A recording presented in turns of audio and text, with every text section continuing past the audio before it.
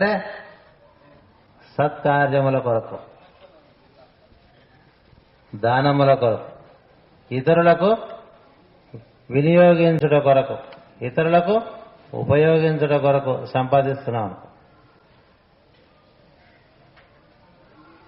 అప్పుడు మార్పు వస్తుంది.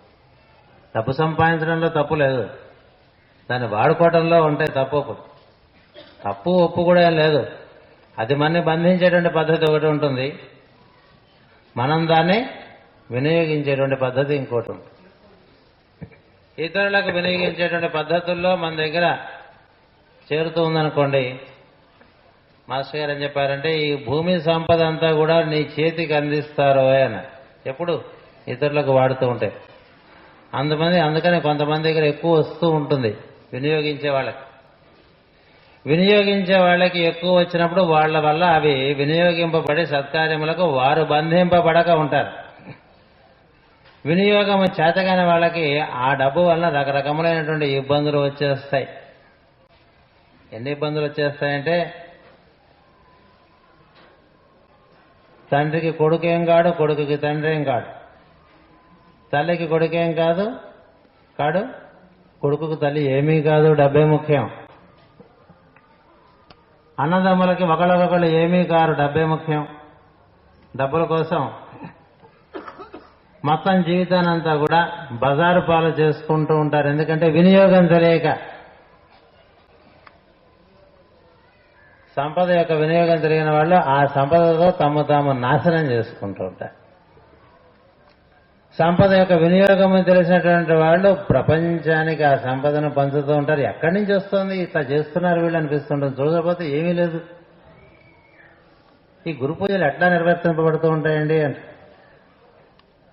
చేయమనండి ధనికుడు ఒకడిని చూస్తానే. ధనం అనేటువంటిది లోపల ఉండేటువంటి దర్జా తప్ప బయట ఉన్నటువంటి నోట్లు కావు. నోట్ల కట్టలు దాచుకోలేక బాధపడుతూ ఉంటారు తప్ప వాటిని వినియోగించలేక దాచుకుని దాని గురించి కాపలా కాస్తూ కుక్కల వల్ల జీవిస్తూ ఉంటారు. ఇక్కడ పెట్టి అక్కడ పెట్టి పిల్లల్ని పెట్టినట్టుగా బ్లాక్ మనీ ఇక్కడ అక్కడ అక్కడ ఇక్కడ ఎక్కడ సర్దుకుంటూ ఉండాలి. ఎవడో పట్టుకుపోతాడు దాన్ని. కేర్ఫుల్ గా పెడతాడు. ఎవడో నమ్మకస్తుల దగ్గర వాడు మర్నాడు ఏరా అంటే ఏమిటి అంటాడు. అదేరా అంటాడు. ఎందుకంటే గట్టిగా మాట్లాడడం లేదు కదా. అదేరా అంటే ఏది అంటాడు. అదే ఆ పెట్టె అంటే ఆ ఉత్త పెట్టె తెచ్చిస్తాడు. పోయింది. వంచతే పరివంచతే స్థాయునాం పతయే నమః.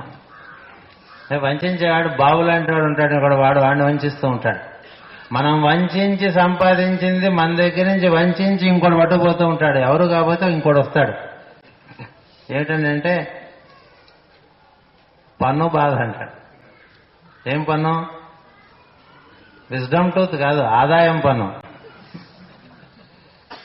అట్లా ఉంటుంది. ఎందుకంటే వినియోగం తెలియదు, దుర్వినియోగమే. తిన్నంత తిని పారేసినంత పారేసి తిరిగినంత తిరిగి నానా గొడవ చేసి అయినప్పటికీ చాలాగా తన్నుకుంటూ ఉంటారు అది పెట్టుకుని. సంస్కారవంతమైనటువంటి కుటుంబములు డబ్బులు రాగానే పాడైపోయినవి కోకోలలుగా కనిపిస్తూ ఉంటాయి. బిజినెస్ ఇండియా అనే పుస్తకం చదివితే అవి కూడా చదవాలి. మరి ఎన్నెన్ని కుటుంబాలు ఎన్ని రకాలుగా విచ్ఛిన్నమైపోయినాయో చాలా చక్కగా వాళ్ళు కథలు రాసిస్తారు. దేనికయ్యా పాడైపోయారంటే బాగా కలిసి వచ్చింది వ్యాపారంలో, అందుకని పాడైపోయాం. అదేంటండి, వ్యాపారంలో బాగా కలిసి వస్తే పాడైపోమన్నారా? బాగుపడమని కదా బాగా కలిసి రావాలన్నా. కలిసి వచ్చి పాడైపోయారండి. కలిసి వచ్చి పాడైపోవటం సంస్కారహీనత వల్ల ఏర్పడతాం, లేక వినియోగము తెలియకపోవటం వల్ల. వినియోగం తెలియక డబ్బుతో పెనవేసుకుపోయినటువంటి వాళ్ళు బోల్డు మంది ఉంటారు. అలా కాకుండా వినియోగము తెలిసి తన దగ్గర ఉన్నది నలుగురికి ఉపయోగపడే పద్ధతులతో, కౌశలముతో, బుద్ధి కుశలతతో వాడటం అనేటువంటిది ఒకటి ఉన్నది. అది నేర్చుకోవాలట. అది నేర్చుకుంటే మూడవ రౌడీ దేవతగా మారతాడు. అంటే ముందు మన మీద, తర్వాత ఇతరులకు. అంటే మనం ఏం చేస్తామంటే సౌకర్యములు మనకి, అసౌకర్యములకు ఇతరులకి అన్నట్టుగా ఉంటాం. మన కోరికలు తీరాలి, ఇతరులకు తీరకపోయినా మనకి సంబంధం లేదన్నట్టుగా ఉంటాం. మనకి బాగా డబ్బు రావాలి, మిగతా వాళ్ళకు ఉంటే ఏమిటి లేకపోతే అన్నట్టుగా ఉంటాం. ఈ మార్గంలో మన కోరికలు మితములై ఇతరుల కోరికలు తీర్చడం, మన సౌకర్యములు మరచి ఇతరులకు సౌకర్యములు కల్పించడం, మన అవసరములకు మాత్రమే ధనమును వినియోగించి మిగతాది ఇతరుల యొక్క అవసరములకు వినియోగపరచడం, ఇట్లా మారుతూ ఉండాలి. ఇది సాధన. యోగ సాధన ఇట్లా ఉంటుంది తప్ప పుస్తకాలు చదువుకోవడంలోనూ వాటి గురించి విచికిత్స చేయడంలోనూ లేదు. మాస్టర్ గారు ఇచ్చింది యోగ జీవనం. దానివలన ఆలయం యొక్క తలుపులు తెరుచుకుంటాయి తప్ప నేను చాలా పుస్తకాలు రాశానండి అంటే అవతల భార్య అంటాడు. నేను చాలా ఉపన్యాసాలు చెప్పానంటే ఇక్కడ అక్కర్లేదు, అవన్నీ వదిలేస్తేనే లోపలికి రమ్మంట. లోపలికి వెళ్ళిన దగ్గర నుంచి ఏంటంటే ఉన్నవి తీసేయాలి. మన సర్టిఫికేట్లు అక్కడ పనికిరావు. ఎందుకంటే అద్దం చూసుకోమంటాడు ఏం చెప్పినా. మన గురించి ఏం మాట్లాడినా నాకేం చెప్తాలే అద్దంలో చూసుకోమని. ఇది లోపలికి వెళ్ళటం, అంతరంగ మథనం. ఇప్పుడు 3 విషయాలు చెప్పాను. ఇది ఒక సెట్టు, అట్లా 3 సెట్లు ఉన్నాయి. టైం ఎంత అయిందో? ఒక సెట్కే టైం అయిపోయింది. ఇంకా 2 సెట్లు ఉన్నాయి. ఇంకో సెట్ ఏంటంటే భయం. ఇప్పుడు ప్రతిదానికి భయం, అన్నిటికీ భయమే జీవితంలో. దేనికి భయపడినటువంటి స్థితిలో నువ్వు ఉండి ఇతరుల భయములను పోగొట్టడం అనేటువంటిది నేర్చుకోవాల్సి వస్తుంది. అందుకని నీ భయం నిన్ను ఎదుర్కొంటూ ఉంటుంది. ద్వేషం, వాణ్ణి వీణ్ణి ద్వేషిస్తూ నోరు పారేసుకోవడం దగ్గర మానేసి తన్ని ద్వేషించిన వారి యందు ఉదాసీనుడై ఉండటం అనేటువంటి స్థితికి ఎదగవలసినటువంటి పరిస్థితి ఏర్పడుతుంది. తిడుతూ ఉంటారు ఊరికే, ఎందుకంటే ఇదివరకు తిట్టాం కదా. గుడి బయట ఉన్నప్పుడు తిట్లా, లోపలికి వచ్చిన తర్వాత అవి రివర్స్ అవుతూ ఉంటాయి. బూమరాంగ్ కదా. పుట్టి పుణ్యానికి తిడుతూ ఉంటారు, ద్వేషిస్తూ ఉంటారు, కోపడుతూ ఉంటారు, ఏం తెలియదు నీకంటూ ఉంటారు, నీకేం చేత కాదు అంటూ ఉంటారు, నువ్వు దుర్మార్గుడు అంటూ ఉంటారు, నువ్వు దొంగ అంటూ ఉంటారు. అన్నారు అట్లా అందరు. నేను నిజమైనటువంటి సాధకుడికి దుమ్మెత్తిపోతలు ఎక్కువ ఉంటాయి. మేడం బ్లావెట్స్కిని విపరీతంగా దుమ్మెత్తిపోశారు. మనకి లేరా ధర్మరాజు, హరిశ్చంద్రాదులు ఎన్ని పడ్డారు? నలుడు. సాధనలో ఇతరులు దుమ్మెత్తిపోస్తూ ఉంటే ఉదాసీనత వహించడం అనేటువంటిది, సమాధానం చెప్పకుండా you owe no explanation to others and hence you can remain silent for all criticism. ఉండగలవా? వాడు ఒకటంటే మనం 10 అందాం అనిపిస్తామండి. వాడు మిమ్మల్ని ఇట్లా అన్నాడంటే, అన్నాడా నేను చెప్తా వాడి గురించి విను అని చెప్పి ఒక సహస్రనామం, వాడు అష్టోత్తరం చెప్తే మనం సహస్రనామం చెప్పేస్తాం వాడి గురించి. ఇక్కడ అట్లా ఉండదు సాధనలో. వాడంటే అన్నాడులే, father forgive them for they know not అన్నాడు. ఏది మేకులేసి కొట్టేస్తున్నారండి ఈ శరీరాన్ని సిలువకి. మన ఊరికి మాట అంటేనే పొడిచినట్టు ఉంటుంది, నిజంగా మేకేసి కొట్టారు. మాట అంటేనే పొడిచినట్టుండి రోషం వచ్చి 10 మాటలంటావే, మేకులు వేసి కొడుతుంటే ఒక ఆయన అన్నట, తండ్రి వారు తెలియక ఈ విధంగా చేస్తున్నారు, వాళ్ళని మన్నించు, వాళ్ళ మీద కోపడకను. అది పరాకాష్ట. దేవుణ్ణి చూసి వచ్చిన వాడి సంగతి అది. మనం దేవుణ్ణి చూడటానికి ఉత్సాహం ఉన్న వాళ్ళు, ఇంకా సాధన కూడా ఉందో లేదో ఎవరికి వాళ్ళు తెలుసుకోవాలి. మీకు లేదని నేను అనకూడదు, నాకు లేదని మీరు అనకూడదు. మీకు ఉన్నదని నేను అనకూడదు, నాకు ఉన్నదని మీరు అనకూడదు, రెండూ అనకూడదు. ఉందో లేదో ఎవరికి వాడు తెలుసుకుంటారు. భయము, ద్వేషము, ఆశ. ఆశ చిన్న చిన్న ఆశలు ఉండవు, చాలా పెద్ద ఆశలు ఉంటాయి. సరాసరి సివివి గారు కనబడాలను, మైత్రేయుడు కనబడాలను, సనత్ కుమారుడు కనబడాలను, విష్ణువు కనబడాలను, కనబడకపోయినా కనిపించాడని చెప్పి, ఊహించి కనిపించాడని చెప్పి, కలలోగానే కనిపించాడని చెప్పి, కనిపించాడా లేదో నీ మొహంలో కనిపిస్తూనే ఉంటుంది. మైత్రేయుడు కనిపించాడనుకోండి, వాడి మొహం వేరుగా ఉంటుంది. మహాత్ములు కనిపించారనుకోండి, వాడి మొహం తీరు వేరుగా ఉంటుంది. కనిపించిన వాడు చెప్పడు అసలు. ఎందుకంటే నేను దేవుణ్ణి చూసి వచ్చానంటే అయితే ఏమిటా అని అడుగుతారు. నువ్వు దేవుణ్ణి చూస్తే నాకేమిటి? దేవుణ్ణి చూసి వచ్చినవాడు దేవుణ్ణి చూసి వచ్చాను నేను అని చెప్పడు. దేవుణ్ణి చూసి రావటం వలన తన కర్తవ్యం ఏమిటో నిర్వర్తిస్తూ ఉంటాడు అంతే దేవుడి తరఫున. అది చూసి ఆయన కనిపించాడు ఈయన కనిపించాడు అంటూ ఉంటారు కొంతమంది. ఎవరు కనిపించడం వీళ్ళ యొక్క భావమే రూపం కట్టుకొస్తూ ఉంటుంది. కనిపించాడో లేదో ఈయన ప్రవర్తన నుండి వ్యక్తం అవుతాం. ఊరికి ఆశలు, మన ఆశలే మనకి రూపాలు కట్టుకుని అట్లా కనిపిస్తూ ఉంటాయి. కాబట్టి రెండవ భుజం మనకి ఆశ, భయము, ద్వేషము. ఎంతైనా చెప్పుకోవచ్చు వీటి గురించి. ఇతరుల ఆశలు తీర్చండి, మీ ఆశల గురించి పక్కన పెట్టండి. ఇతరుల భయములను పోగొట్టండి, మీ భయం గురించి మర్చిపోండి. మీకు భయం ఏంటి? మనం నమ్మకున్నానే భయపడుతున్నాడు అనుకోండి, ఎట్లా ఉంటుంది? మనం ఎవరిని నమ్ముకున్నాం ఆయన భయపడుతుంటే ఎట్లా ఉంటుంది? మనం ఎవరిని నమ్ముకున్నాం ఆయన డబ్బులు అడుగుతున్నాడు అనుకోండి, ఎందుకయ్యా పూలదండలు వేశారు వేస్ట్, డబ్బుల దండలు వేయండి అని అడిగాను అనుకోండి, వేయించుకుంటూ ఉంటారు. డబ్బులు అడిగేవాళ్ళు, భయపడేవాళ్ళు, ఆశపడేవాళ్ళు, వాళ్ళ కోరికలు తీసుకునేవాళ్ళు, వాళ్ళ సౌకర్యాలు చూసుకునేవాళ్ళు, మార్గదర్శకులు కారు కారు కారు. మిగతా విషయాలు సాయంత్రం చెప్పుకుందాం. ఎందుకంటే ఇంకా లోపలికి వెళ్ళాలి, బాగా లోపలికి వెళ్ళాలి. ఇంకైతే ఊరికి మనం ప్రాకారం లోపలికి వెళ్ళాము, ఇంకా అసలు చెక్కుకోవటం మొదలు పెట్టాం ఇప్పుడు కదా మొదలైంది. 9 చెక్కుళ్ళు అయిన తర్వాత చావటం ఒకటి ఉంటుంది, చచ్చిన తర్వాత బతకటం ఉంటుంది.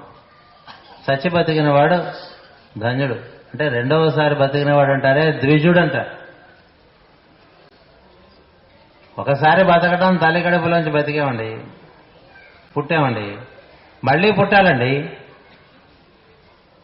మళ్ళీ పుట్టకుండా కబూర్లు చెప్పడానికి అవకాశం లేదు. మళ్ళీ పుట్టినవాడు కబూర్లు చెప్పడం, కబూర్లు చెప్పడానికి టైం ఉండదు వాడికి. కర్తవ్యమునందు మాత్రమే జీవిస్తూ ఉంటాడు. మళ్ళీ పుట్టడాన్నే యేసుక్రీస్తు రెండవసారి తయారు చేసినటువంటి పరుపు మీద దైవ కుమారుడు నిద్రించుగాక అంటాడు.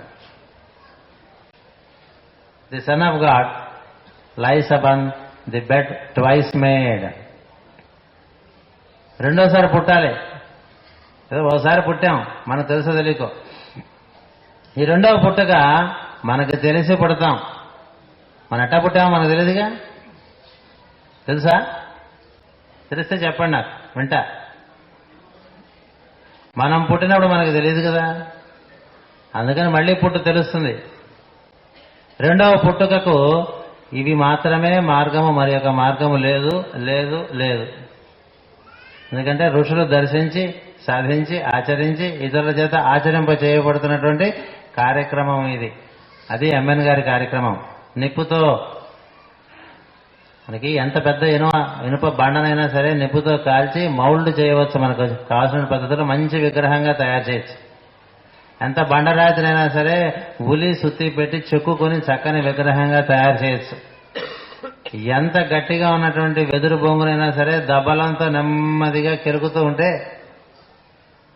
లోపల ఉన్నదంతా కూడా బయటకు వచ్చి డొల్ల ఏర్పడితే అప్పుడు అందులోంచి ఇట్నుంచి అటు అట్నుంచి ఇటు గాలి బారుతూ ఉంటుంది. అది దేవుడు. అప్పుడు వాడుకుంటాట దేవుడు. అంతవరకు వాడు.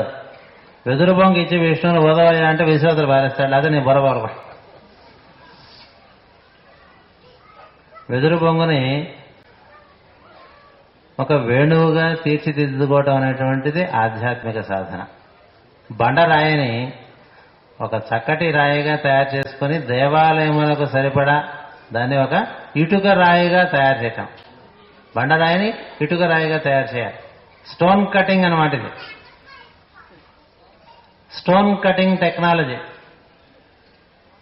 కూర్చోబెట్టి నెమ్మదిగా చెక్కుతూ ఉంటే అవుతుంది. రోజుకో రాయి అయినా పర్వాలేదు, కట్టుకుంటూ ఉండొచ్చు కదా. తొందరగా కట్టేయాలని ఏం లేదు. దేవాలయం కట్టింది బాగుండాలి. ఎట్టా పడితే అట్లా కడితే దేవాలయం అవ్వదు. ఎట్లా పడితే అట్లా పుస్తకాలు వేస్తే అది, ఎట్లా పడితే అట్లా కార్యక్రమాలు నిర్వర్తించాం అనేటువంటిదే, సాధించాం అనేది ఏముండదు, జీవించాం అనేది ఉంటుంది. సెన్స్ ఆఫ్ బీయింగే తప్ప సెన్స్ ఆఫ్ అచీవ్మెంట్ అనేది ఏం లేదు ఆధ్యాత్మిక సాధనలో. అది గుర్తుపెట్టుకోవాలి. సెన్స్ ఆఫ్ బీయింగ్ ఉన్న చోట శ్రద్ధ, భక్తి, జ్ఞానము, వైరాగ్యము 4 కలిసి ఉంటాయి. లేకపోతే ఎట్లా పడితే అట్లా చేయటం ఉంటుంది, శ్రద్ధ లేక చేయటం ఉంటుంది, భక్తి లేక చేయటం ఉంటుంది, క్రమము లేక చేయటం ఉంటుంది, క్రమశిక్షణ లేక జీవించడం ఉంటుంది. ఇట్లా ఉంటుంది. కాబట్టి ఇప్పుడు మీకు 6 తలకాయల గురించి చెప్పాను. ఇంకో 3 తలకాయలు చెప్పి ఆ తర్వాత చచ్చి ఎట్లా బతుకుతారో సాయంత్రం చెప్పుకుందాం. స్వస్తి ప్రజాభ్య పరిపాలయంతాం న్యాయేన మార్గేణ మహీం మహేషాః గోబ్రాహ్మణేభ్య శుభమస్తు నిత్యం. లోకాః సమస్తాః సుఖినో భవంతు. లోకాః సమస్తాః సుఖినో భవంతు. లోకాః సమస్తాః సుఖినో భవంతు. ఓం శాంతి శాంతి శాంతి.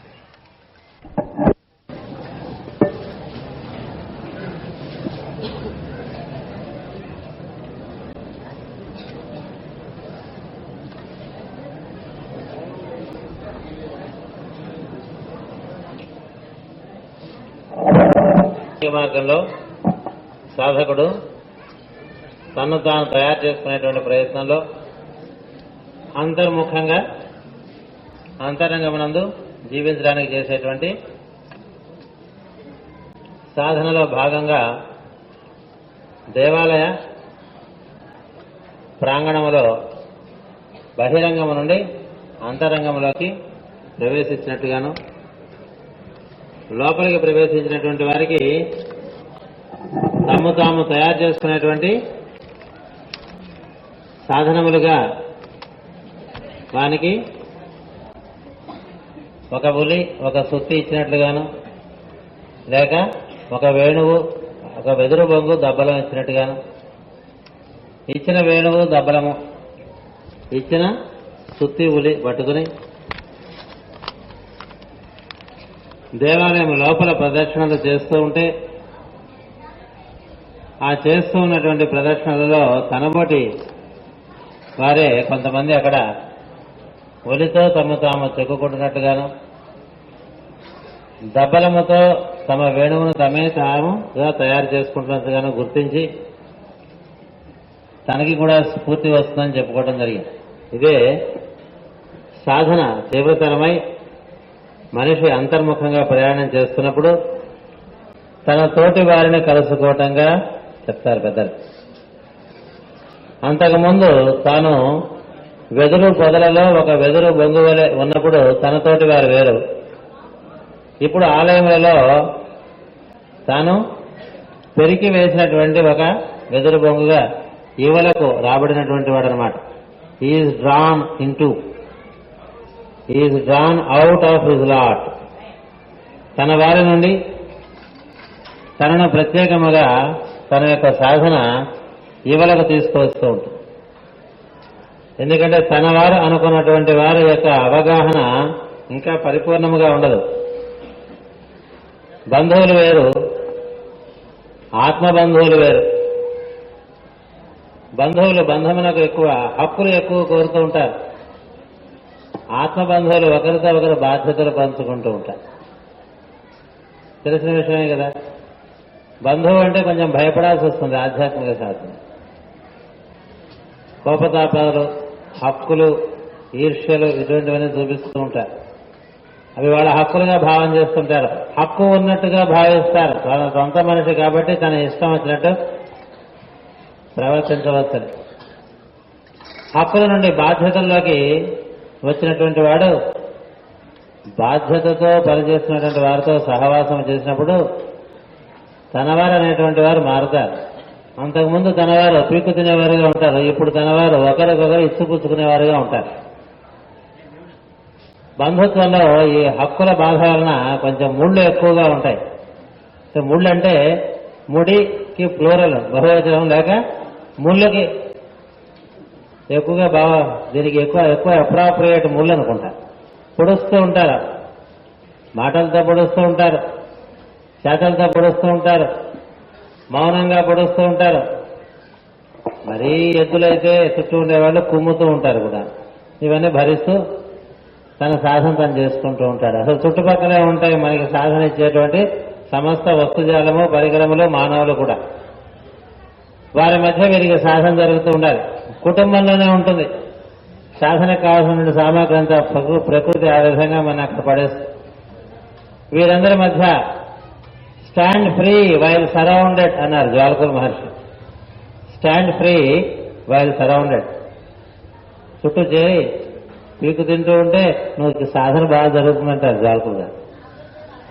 వాళ్ళు పీకున్నది నీ బహిర్గతమైనటువంటి విషయంలో కానీ అంతరంగంలో కాదు. కాబట్టి అంతరంగ సాధనలోకి నువ్వు చొరబట్టడానికి వీళ్ళు ఎక్కువ ఉపకరిస్తున్నారని భావం చేసుకోమని. ఎందుకంటే నువ్వు హక్కుల నుండి బాధ్యతలలోకి ప్రయాణం చేస్తున్నావు కాబట్టి. హక్కులు గుర్తున్నటువంటి వారు ఆధ్యాత్మిక మార్గంలో ఏమాత్రమూ తప్పటడుగులు కూడా ఇంకా వేయట్లేదని అర్థం చేసుకో. మీ హక్కులు మీకు గుర్తు ఉంటే మీకు సాధన ఏమీయో లేదని గుర్తుపెట్టుకోండి. మీ బాధ్యతలు మీకు గుర్తు ఉంటే సాధన యందు ఉన్నట్లు గుర్తుపెట్టుకోండి. ఎప్పుడు బాధ్యతల యందు కర్తవ్యమునందు నిలబడి ఉంటామో అప్పుడల్లా సాధనలో ఉన్నట్టు. ఎప్పుడు హక్కుల యందు మేలు కాంచుతామో అప్పుడు సాధన నుండి తప్పుకుని సాధించటంలోకి దిగినట్టు. మనిషి సాధన చేసుకోవడం వేరు, సాధించడం వేరు. కొంతమంది పక్కవాళ్ళను సాధించడమే సాధనగా పెట్టుకుంటూ ఉంటారు. వాళ్ళ సాధన అది. సాధించేవారి యందు మనసు నిలబెట్టక మన సాధన యందు మనం నిలబడటం అనేటువంటిది కొద్ది కొద్దిగా ఇబ్బందికరమైనటువంటి ప్రాంతాల్లో ప్రవేశిస్తూ ఉంటాం. ఆధ్యాత్మిక మార్గంలో సౌకర్యములు కల్పిస్తున్న కొద్దీ ఏం జరుగుతుందంటే ఇంకా కొన్ని సౌకర్యములు అడిగేవారు ఉంటారు. సహాయములు చేస్తున్న కొద్దీ ఇంకా సహాయములు అడిగేవారు ఉంటారు. అంటే ధనం యొక్క వినియోగము, సౌకర్యముల యొక్క వినియోగము, కోరికల యొక్క వినియోగము చెప్తూ వచ్చాను కదా. ఆ తర్వాత భయపడటం అనేటువంటి విషయం. మనకి ఒక రౌడీగా పనిచేస్తూ ఉంటాడు. ఆ భయం వల్ల ఏం చేస్తూ ఉంటామంటే చేస్తున్నటువంటి కర్తవ్యం నుంచి తప్పుకుంటూ ఉంటాం. భయం కలిగినప్పుడు కర్తవ్యం నుంచి తప్పుకుంటాం. కర్తవ్యంలో ఉంటే భయం ఉండదు. భయం ఎందుకు కలుగుతుందంటే ఇదివరకు మనం చేసినటువంటి తప్పుడు పనులు మనకు గుర్తు రావడం వల్ల కలుగుతూ ఉంటుంది. నేనే తప్పుడు పనులు చేయట్లేదు కదా, నాకెందుకు భయం ఉంది అని అడిగితే ఇదివరకు నువ్వు చేసి మర్చిపోయినవన్నీ కూడా నీ లోపల భయంగా పరిణమిస్తూ ఉంటాయి. అది భయంగా రూపుగట్టుకుని ఉంటుంది. మనం ఎప్పుడో 30 ఏళ్ల క్రితం విశాఖపట్నంలో మాస్టర్ గారు ఎప్పుడు చెప్పేటువంటి ఉదాహరణ ఇది. ఎప్పుడో 30 ఏళ్ల క్రితం విశాఖపట్నం వదిలేసి అమెరికా వెళ్ళిపోయామండి. వెళ్ళిపోయేప్పుడు ఇక్కడ ఒక 10,000 రూపాయలు రూపాయి వడ్డీకి అప్పు చేసి తీసుకున్నాం. తీరుస్తామని చెప్పి తీర్చకుండా చెప్పకుండా వీసా పుచ్చుకుని అమెరికా వెళ్ళిపోయాం. 30 ఏళ్ళు అయింది. 30 ఏళ్ళకి సంవత్సరానికి 3,600 చొప్పున, 3 సంవత్సరాలకి 10,800 చొప్పున, 30 సంవత్సరాలకి 1,08,000 రూపాయలు అయితే దానికి 10 కలిపితే 1,18,000 అయితే 30 ఏళ్ల తర్వాత మనకి ఈ ఊళ్ళో ఏదో అత్యవసరమైన కార్యం వచ్చి లేకపోతే మనకి ఏదో పట్టా ఇస్తాట, అవార్డు ఇస్తాటని పిలిచారనుకో. విశాఖపట్నంలో అవార్డు ఇస్తాట అని పిలిస్తే మనకు గుర్తు వచ్చేది ఈ అప్పు తీసుకున్నటువంటి ఆయన. ఎవరి దగ్గర అప్పు తీసుకున్నాం ఆయన. ఎందుకంటే అవార్డు పుచ్చుకోవాలని విశాఖపట్నం రావాలా, వస్తే 1,18,000 నిలదీసి అడుగుతాడు. పైగా అవార్డు ఇచ్చే సమయంలో అడిగాడు అనుకోండి, అవుట్ అవుట్ వాడు. తీరా ఒక పక్క అవార్డు పుచ్చుకుంటుంటే వారి గురించి నేను 2 విషయాలు మాట్లాడతాను అని చెప్పి స్టేజ్ ఎక్కితే అందరం అనుకుంటాం మంచి విషయం మాట్లాడతాడేమో అని పిలుస్తాం. వచ్చి ఈ విషయం చెప్తాడేమో అని భయం అమెరికాలో విమానం ఎక్కిన దగ్గర నుంచి ఉంటుంది కదా. ఈ అవార్డు పుచ్చుకోవాలి, వాడు వస్తాడేమో అని భయం కదా. అంటే మనం చేసినటువంటి పొరపాటు మనలో అంటే అధర్మం ఎప్పుడు భయాన్ని క్రియేట్ చేస్తుంది. అధర్మంగా ఎప్పుడు ప్రవర్తించావో 30 ఏళ్ల క్రితం ప్రవర్తించావో 30 జన్మల క్రితం ప్రవర్తించావో అదంతా ఇప్పుడు వస్తూ ఉంటుంది. అందుకని కర్తవ్యం ముందు నిలబడు, వచ్చిన దాన్ని అంగీకరించు, భయం ఉండదు. కర్తవ్యం ముందు నిలబడకుండా తప్పించుకు తిరుగుదానుకునే వాళ్ళకి భయం ఎక్కువ అవుతుంది. నీ కర్తవ్యాన్ని నిర్వర్తిస్తుంటే నీకు వచ్చేటువంటి వాటిని ఎదుర్కొనడానికి కావాల్సినటువంటి ధైర్యము నీ కర్తవ్యం నుంచే నీకు లభిస్తూ ఉంటుంది. నిర్భీతిగా ఉండటం అనేటువంటిది ఒక కళ్యాణ గుణం. అలా ఉండగలిగిన వాళ్ళు అదృష్టవంతులు. భయం ఎందుకు కలుగుతుందంటే రాగము ద్వేషము అన్న చోట భయము ఉంటుంది. రాగద్వేషములు భయాన్ని కలిగిస్తూ ఉంటాయి. ఆశ వలన రాగద్వేషాలు కలుగుతుంటాయి. ఆశ నెరవేరితే ఇంకొంచెం పెరుగుతుంది, ఆశ నెరవేరకపోతే ద్వేషం పెరుగుతుంది. ఆశలు నెరవేరకే దుర్యోధనుడికి పాండవుల మీద ద్వేషం పెరిగింది కదా. నెరవేరితే ఇంకొంచెం అదే ప్రవర్తన చూపిస్తూ ఉంటుంది. కాబట్టి ఈ మార్గంలో ప్రవేశించినటువంటి వారికి ఏం జరుగుతూ ఉంటుందంటే ఇవన్నీ ఎదుర్కోవాల్సి వస్తుంది. దీన్ని 9 తలల పాముగా చెప్తారు. లోపల 9 తలల పాము ఉన్నది హైడ్రా అని చెప్పి. గ్రీకు సిద్ధాంతాల్లోనూ ఈజిప్ట్ సిద్ధాంతాల్లోనూ హైడ్రా అనేటువంటి 9 తలల పాము లోపల కనిపిస్తుంది సుమా, సాధనలోకి దిగావంటే. అవి నీ నుంచి పుట్టుకొచ్చినటువంటి తలలే తప్ప దానివి కాదు అని చెప్పి. ఈ పాముని మనం ఎదుర్కొనేప్పుడు ఎట్లా ఎదుర్కోవాలంటే ఇందాక పొద్దున చెప్పినటువంటి పద్ధతిలో సౌకర్యములు ఇతరులకు ఏర్పరచడంలో మన సౌకర్యములు ఎందు మనకి విసులుబాటు వస్తుంది. ధనము ఇతరులకు వినియోగించడం వల్ల మనకి దానివల్ల బంధము కాక మోక్షము కలుగుతూ ఉంటుంది. కోరికలు ఇతరులకు తీర్చడం వలన మన కోరికలకి లిస్టు తగ్గిపోయి కొంత బంధనం తగ్గుతూ ఉంటుంది. భయమునకు కారణం ఉండదు కాబట్టి కర్తవ్యమునందు నిలబడటం వలన భయము తగ్గుతూ ఉంటుంది. రాగద్వేషముల యందు సాధన ఎట్లా నిలబడుతుందంటే అక్కడ మనకి నిన్న ప్రశ్న వేశారు ఎవరో వాసుదేవ ఉపాసన గురించి. దానికి ఆన్సర్ ఇక్కడ దొరుకుతుంది. వాసుదేవుడు అందరిలో ఉన్నాడు కదా, మనలో లేడా అన్నాడు కదా. ఊళ్ళో వాళ్ళందరిలో వాసుదేవుడు చూస్తూ కూర్చుంటే మనలో వాడి సంగతి ఏంటి అని.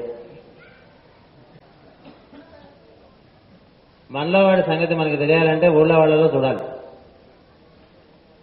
ఊళ్ళో వాళ్ళలో చూడకపోతే మనలో కనబడు. ఎందుకు కనబడ్డంటే మన చుట్టూ ఉండేవాళ్ళు మనతో ప్రవర్తించేప్పుడు రాగద్వేషాలని వ్యక్తం చేస్తున్నారు అనుకోండి, కక్కుతున్నారు అనుకోండి. రాగద్వేషాలు ఏదో వ్యక్తం చేస్తున్నారన్న పదం అంత సమంజసం కాదు. అది కక్కటంగానే ఉంటుంది. రాగమైనా కక్కుతాడు, ద్వేషమైనా కక్కుతాడు. రాగం కక్కటం ఎట్లా ఉంటుందంటే ముద్దులు పెట్టేసుకుని బుగ్గలు కొరికేస్తూ ఉంటారు. ద్వేషం ఎట్లా ఉంటుందంటే చూపుల్లోనూ మాటలను కక్కుతూ ఉంటుంది.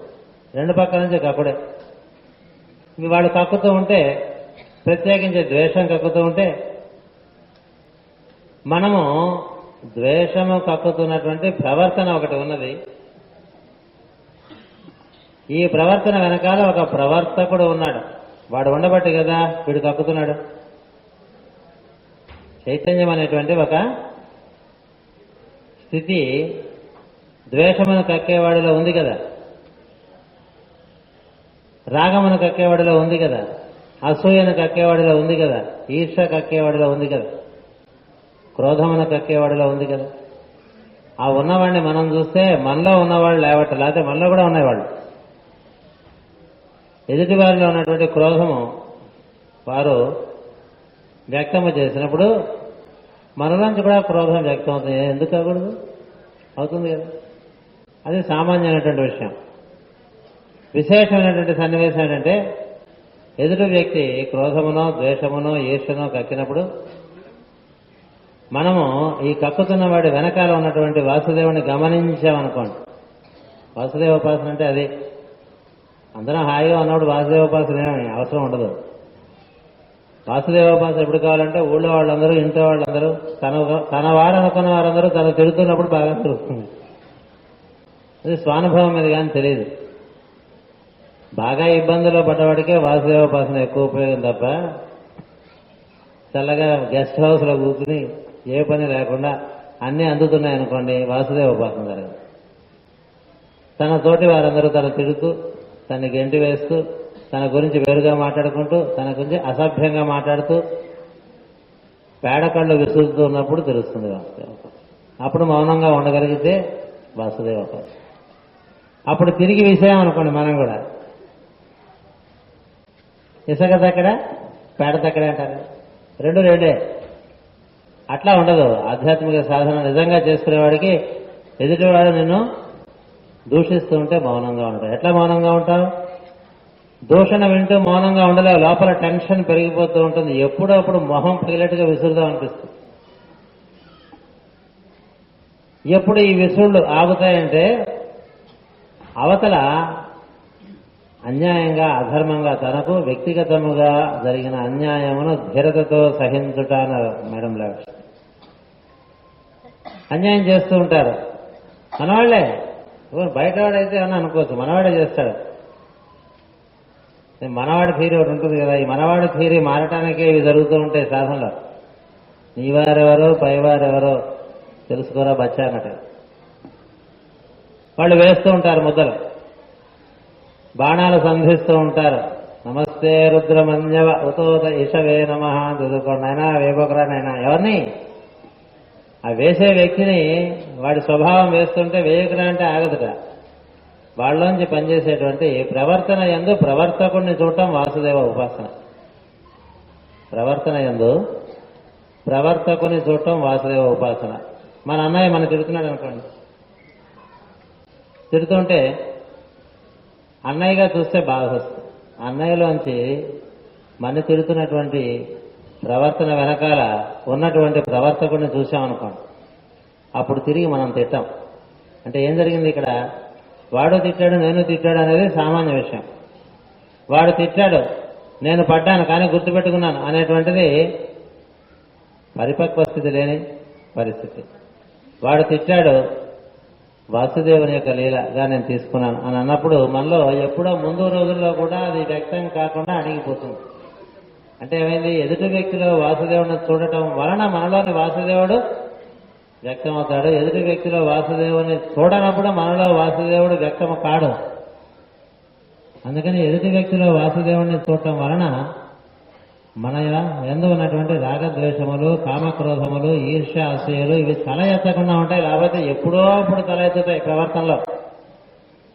ప్రవర్తనలో ఇవి తల ఎత్తినప్పుడల్లా కూడా ఒక్కొక్క మెట్టు వెనక్కి వెళ్ళి మళ్ళీ ఆలయం బయటికి వెళ్ళిపోతానికి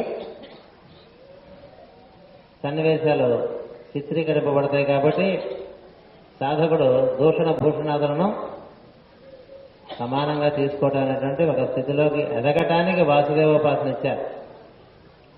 వాసుదేవోపాసన అంటే ఏమిచ్చినా పుచ్చుకోవడం అని కాదు. మన దగ్గరికి వచ్చినటువంటి సన్నివేశంలో ఉన్నటువంటి వాసుదేవుని గ్రహించటం. ఆ వాసుదేవుని గ్రహించినప్పుడు మనలోని వాసుదేవుడు కూడా కర్తవ్యం ఏ విధంగా నిర్వర్తించాలో సూటిగా మనకి నిర్ణయం చేసి ఇస్తాడు. అంతేగాని సరివుడి ముద్దల్లే అన్నీ పుచ్చుకోవటంగా ఉండదు, పుచ్చుకున్నట్టుగా ఉంటుంది. పుచ్చుకోవటం ఉండదు, అసలు వాటి పట్టించుకోవటంగా ఉండదు. పట్టించుకోకుండా తన కర్తవ్యం నందు తను నిలబడి ఉంటాడు. కర్తవ్యం నుంచి జారిపోడు తిడుతున్నారని. ఇంతమంది తిడుతుంటే మనం ఇక్కడ ఏమిటి చేయాలి, పోదాం, మన దారి మనకుంది కదా అని అనుకోవటం. ఎందుకంటే ఒక కర్తవ్యం ఉంది కాబట్టి. కర్తవ్యం లేదనుకోండి ఉండడు, కర్తవ్యం ఉందనుకోండి తిడుతున్నా ఉంటాడు, కొడుతున్నా ఉంటారు, పేడకళ్ళు వేస్తున్నా ఉంటారు.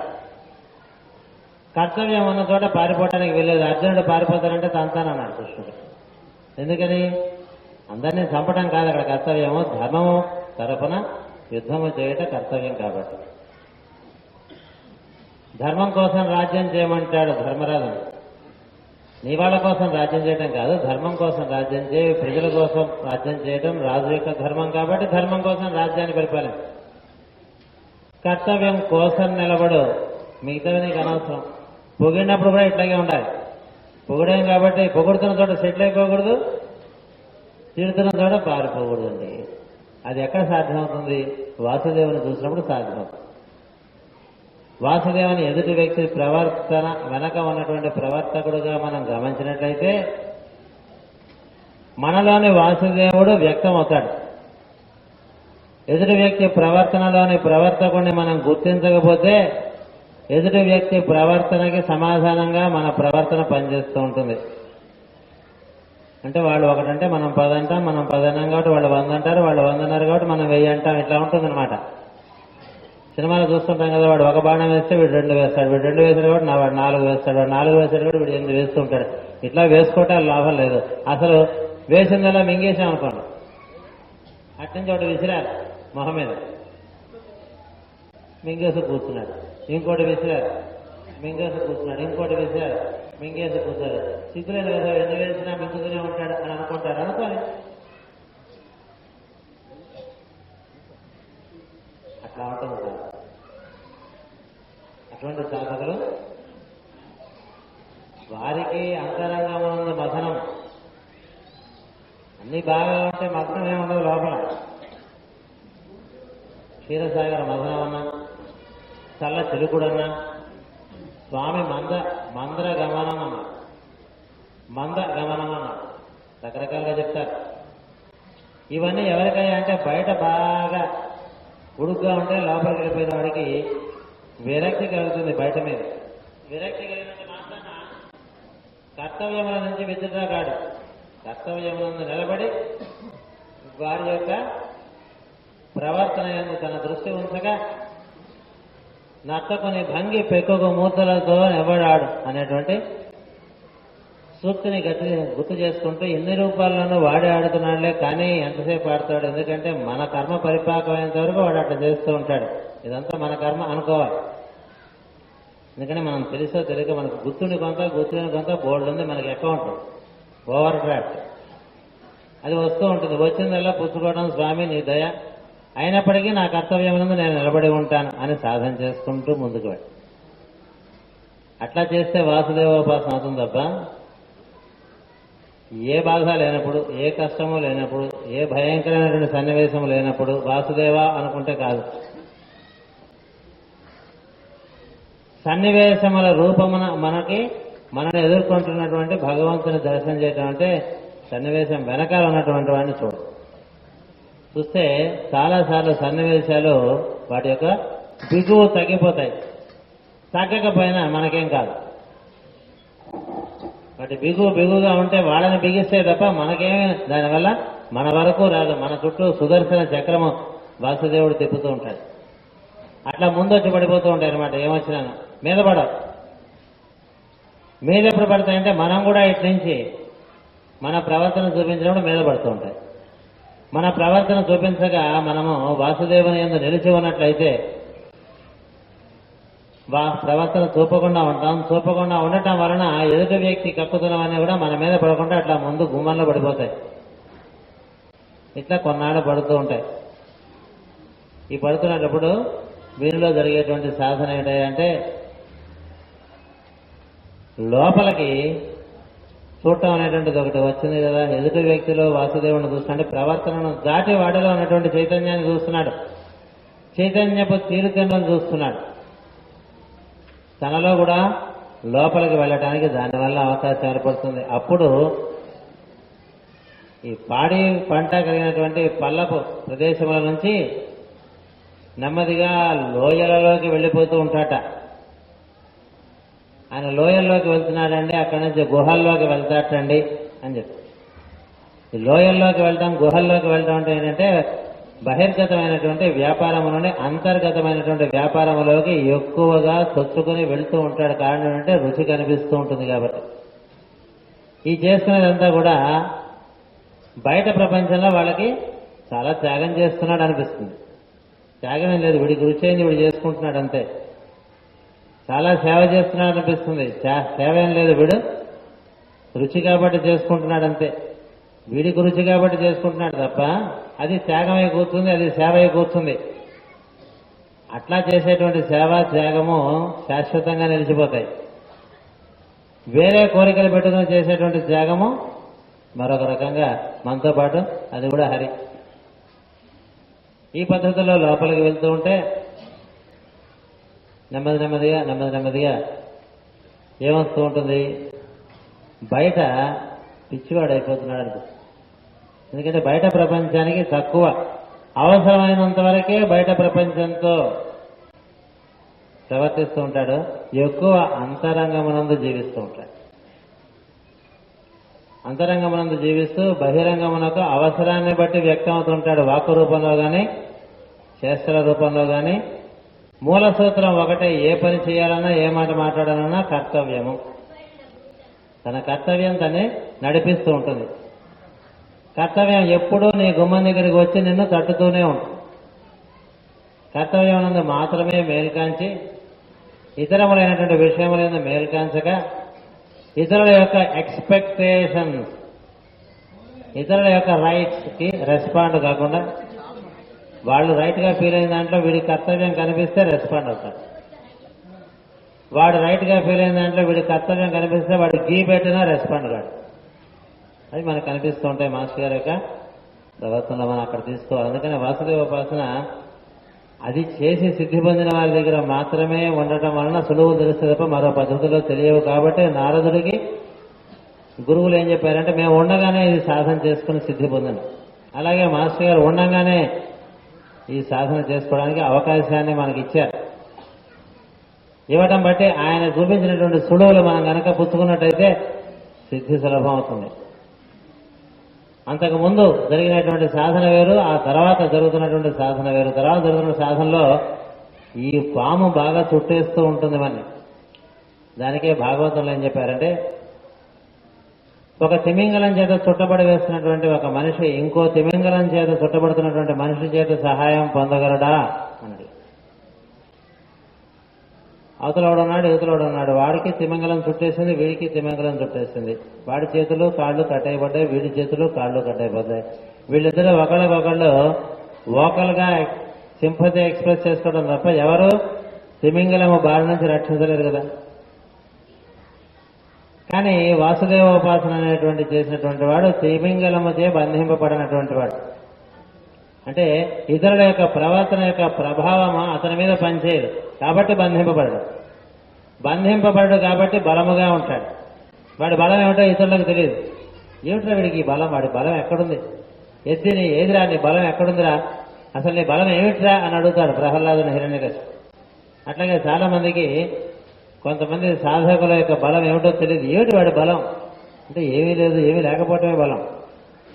నీకున్న వాడికి లేకపోవటం వాడికి బలం. నీవు ఏవి బలం అని చెప్పి నువ్వు ఉంచుకున్నావో అవి వాడి దగ్గర లేవు కాబట్టి అది వాడికి బలం. అట్లా ఉంటుంది బలం. కాబట్టి వాసుదేవోపాసన చేసిన వారు ఈ చుట్టబడ్డ వాళ్ళకి సహాయంగా నిలబడతారు. అందుకని మాస్టర్ గారు లాంటి వారు దొరికినప్పుడు ఈ సాధన పూర్తిగా జరిగినట్లయితే మనకి ముందుకు వెళ్ళటానికి చాలా ఎక్కువ అవకాశం. ముందుకు వెళ్ళటం అంటే లోయలలోకి వెళ్ళటం. అంటే నెమ్మదిగా ఏం జరుగుతుందంటే కర్తవ్యం మిగులుతుంది, మిగతావన్నీ చచ్చిపోతాయి. భార్య వరకు కర్తవ్యం ఉంటుంది, అనురాగం ఉంటుంది. పుత్రుల వరకు కర్తవ్యం ఉంటుంది, అనురాగం ఉంటుంది, మమకారం ఉండదు. మమకారం మనకు సంబంధించి పనులు చేయటం ఉండదు, అనురాగం మనకు సంబంధించి పనులు చేయటం ఉంటుంది. మమకారం కొంచెం బఫింగ్ ఓవర్ ది రిక్వైర్మెంట్ అనమాట. ఆ ఎక్స్ట్రా బఫ్ ఉండదు. ఎక్స్ట్రా బఫ్ ఇస్తే వాడు మాఫ్ అయిపోతాడు, నువ్వు కూడా మాఫ్ అయిపోతావు, మొత్తం అంతా మాఫీ అయిపోతావు. అందుకని అందరి ఎడల సమతూకంగా పనిచేస్తూ వారి యొక్క ఆశలను బట్టి వారి యొక్క ఎదురు తెన్నుల బట్టి పనిచేయడంగా కాకుండా మార్గము సులువు చేసుకుని అంతరంగ సాధనకి సమయాన్ని పెంచుకుంటూ ఉంటాడు. ఈ అంతరంగ సాధనకి సమయం పెరుగుతున్న కొద్దీ సాధన బాగా జరుగుతూ ఉంటుంది. మిగతా వాళ్ళ బహిర్ప్రపంచం వేరు, వీడి బహిర్ప్రపంచం వేరు. అందుకనే నెమ్మదిగా ఏం జరుగుతుందంటే వీడికి బహిరంగంలో ఉండేటువంటి కార్యక్రమాలకి మిగతా వాళ్ళు బహిరంగంలో ఉండే కార్యక్రమాలకి తేడా ఉంది. వీడికి సులువు ఎక్కువ దొరుకుతూ ఉంటుంది. సాధనకి సంబంధించినటువంటి సత్సాంగత్యములు చేయటానికి కానీ సాధు పురుషులను కలవటానికి కానీ అప్రయత్నంగా జరుగుతూ ఉంటాయి ఇవన్నీ. ఏది బహిరంగంలో. దానివల్ల అంతరంగంలో సాధన ఇంకా పెరుగుతూ ఉంటుంది. పెరుగుతూ ఏం చేస్తాడంటే బాగా లోపలికి వెళ్ళిపోతాడు. బయట మిగతా వాళ్ళకు ఉండేటువంటి కార్యక్రమాలు వీడికి ఉండవు. మినిమం ప్రోగ్రామ్ ఉంటుంది, లోపల మ్యాక్సిమం ప్రోగ్రామ్. లోపల వీడు ఏం చేస్తున్నాడో బయట ఎవరికీ తెలియదు. అట్లా లోపలికి దూరి పనిచేసుకుంటాడు అనమాట. అది కలుగులోకి దూరటం అంటే. లేక పాము పుట్టలోకి దూరటం. నాగుపాము పుట్టలో ఏం చేస్తుందో మీకు నాకు ఏం తెలుసు? తెలుసుకుందామనే ప్రయత్నం కూడా మనం చేయం. నాగుపాము పుట్టలో ఏం చేస్తుందండి? అట్లాగే ఉంటుంది నిజమైనటువంటి సాధకుడి యొక్క సాధన. నాగుపాము పుట్టలో ఏం చేస్తే ఎవరికి పట్టే అట్లాగే ఉంటుంది నిజమైనటువంటి సాధకుడు అంతరంగమనం చేసుకున్నటువంటి సాధన ఎవరికి సంబంధించింది కాదు కాబట్టి ఎవరికి తెలియాలని ఎందుకు తెలియాలి? అందుకని ఏం చెప్తారంటే the Mason prepares the temple in utter secrecy and silence and in pitch darkness అన్నారు. పిచ్ డార్క్నెస్ అంటే పిచ్చి చీకటి అనమాట. పిచ్చి చీకటి అంటే ఏంటి? పక్కవాడికి కూడా తెలియదు. అంత చీకట్లో నిశ్శబ్దంగా రహస్యంగా. అసలు చీకటి కదా, ఇంకా రహస్యం ఏంటంటే లేదు, చీకట్లో కూడా రహస్యంగా. 3 చీకట్లో రహస్యంగా నిశ్శబ్దంగా తన పని తను కానిస్తూ ఉంటాడండి ఈ సాధనలో.